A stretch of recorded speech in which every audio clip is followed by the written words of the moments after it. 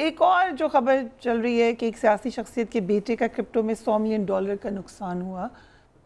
کوئی آپ کو اس بارے میں دیکھیں میں اس پر انویسٹیگیٹ کرنا چاہیے. یہ مارکیٹ میں ایک عام خبر ہے. کہاں پر ہوا ہے اگین اس میں اگر حکومت کا نقصان ہوا ہے تو پھر آپ اس کو پارلیمان میں ریز کر سکتے ہیں. اگر وہ ملک سے باہر ہوا ہے تو پھر آپ کو اس میں جورسڈکشن نہیں ہے. لیکن اگر ایک سیاسی شخصیت کا جب ہوتا ہے تو پھر پبلک ڈومین میں آ جاتا ہے, پھر آپ کو اس کا جواب دینا پڑتا ہے. یہ سیاست کا ایک بے رحم حصہ ہے. حالانکہ اگر کوئی نقصان ہوا ہے, نفع ہوا ہے, وہ پرائیویٹ سیکٹر میں ہوا ہے, پرائیویٹ لائف ہے.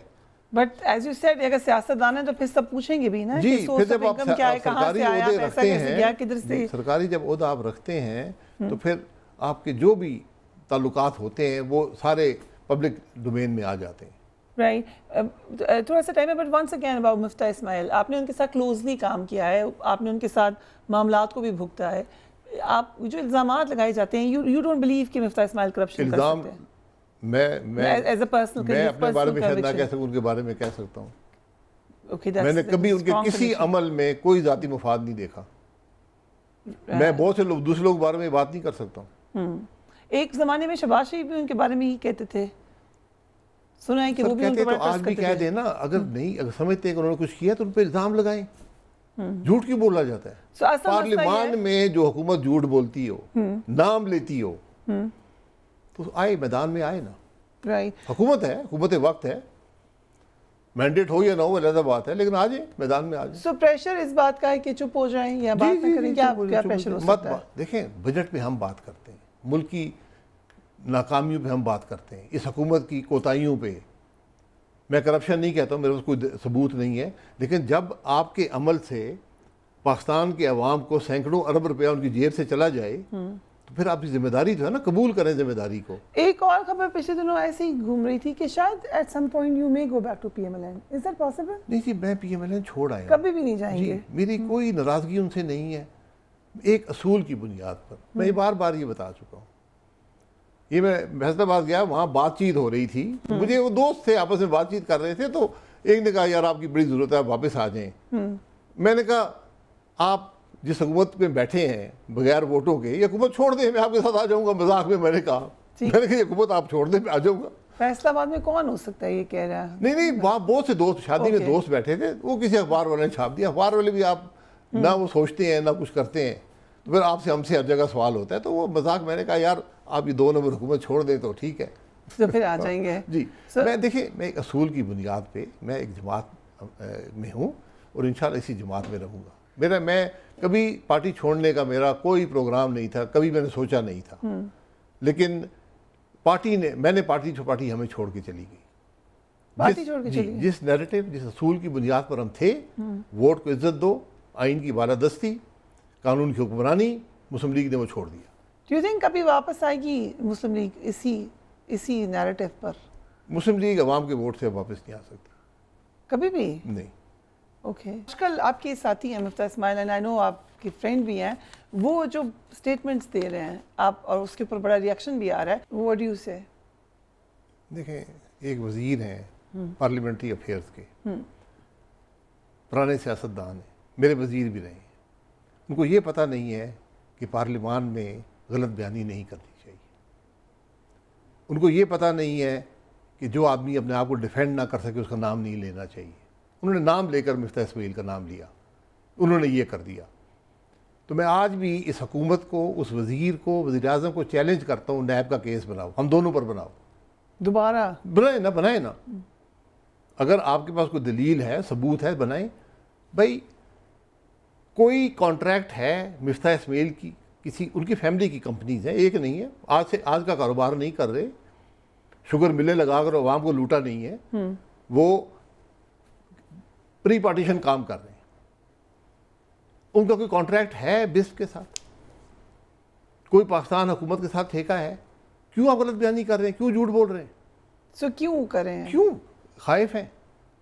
یہ حکومت جو ان کے خلاف بات کرے, جو ان کی حقیقت عوام کے سامنے رکھے, اسے ڈرتے ہیں.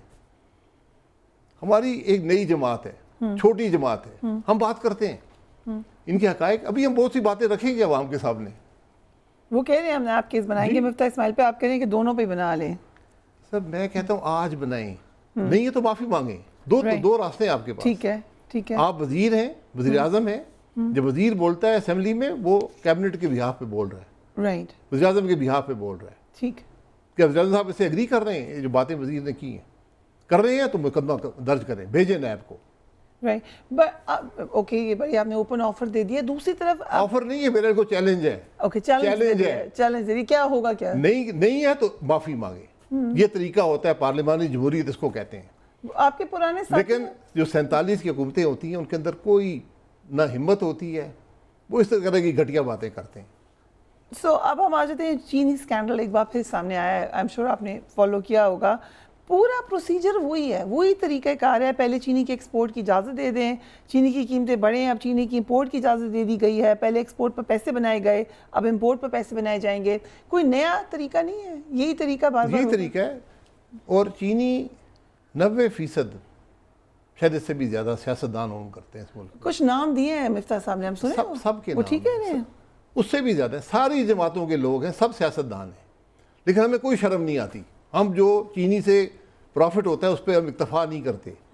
130 روپے کی چینی تھی, اس حکومت نے ایکسپورٹ کی اجازت دی, 210 یا 220 تک چینی گئی.